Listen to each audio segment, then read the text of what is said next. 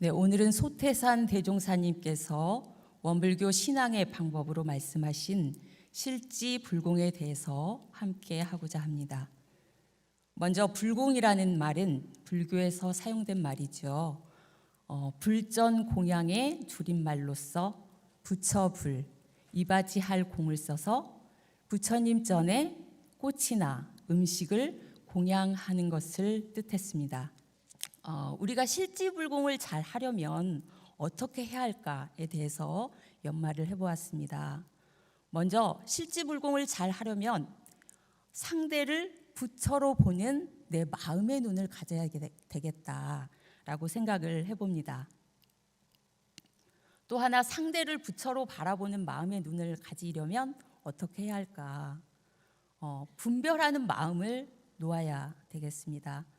우리가 왜 상대가 부처로 보이지 않고 미움의 대상으로 보일까? 그것은 바로 분별하는 마음으로 보기 때문입니다. 이것은 이래야 돼. 저것은 저래야 돼. 이건 이래서 좋고 저건 저래서 싫어.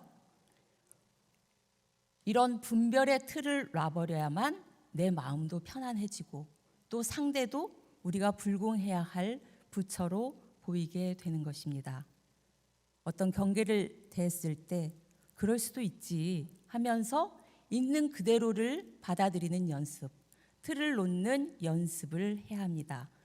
이렇게 분별의 틀을 놓는 공부를 하면 내 마음이 편해지고 그리고 나도 모르게 내 안에서 따뜻한 기운이 나오게 됩니다. 그러면 상대방의 안 보이던 면이 보이기 시작하죠.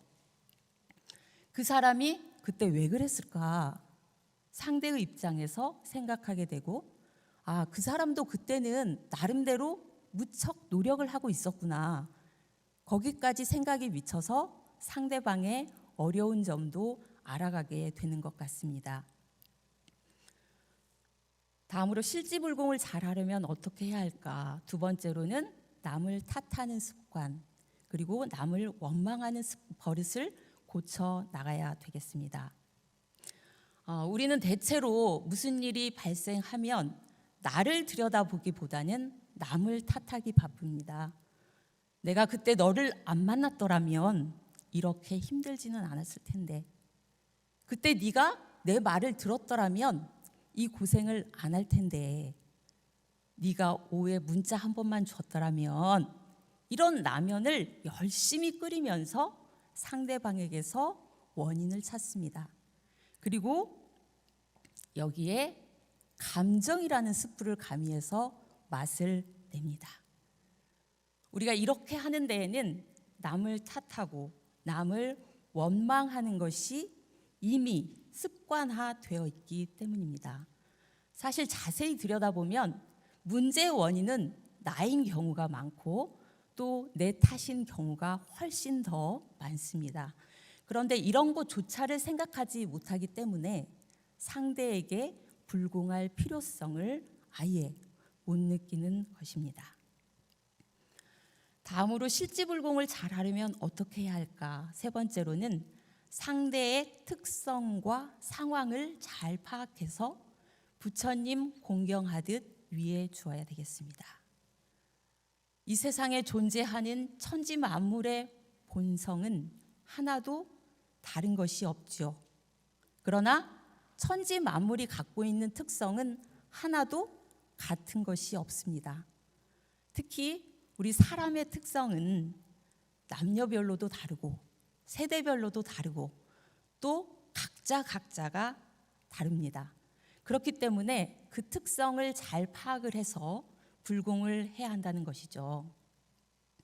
이렇게 우리가 살아있는 부처님을 계속 위하는 마음으로 불공을 드리면 그 정성에 부처님, 산 부처님, 즉 상대방이 감동을 일으킵니다. 불공의 원리는 상대편의 감흥이 일어나야 하는 것이죠. 우리는 정성을 다할 뿐입니다. 실지불공은 산 부처님에게 공을 드리는 것이지만 사실은 나를 바꾸는 데 초점을 맞춰야 됩니다. 그 사람이 아무리 안 바뀌어도 나는 흔들리지 말아야 되겠죠. 그런데 우린 대체적으로 상대방이 안 바뀌면 쉽게 흔들립니다. 그리고 그 사람이 아무리 안 바뀌어도 계속해서 정성껏 공을 들여야 합니다. 그래서 결국 그 사람도 좋고 나도 좋고 전체가 좋은 자리 이타의 결과가 나와야 됩니다. 이러한 실지불공 공부를 해야 참다운 원불교 신앙인이라고 할 수 있겠습니다.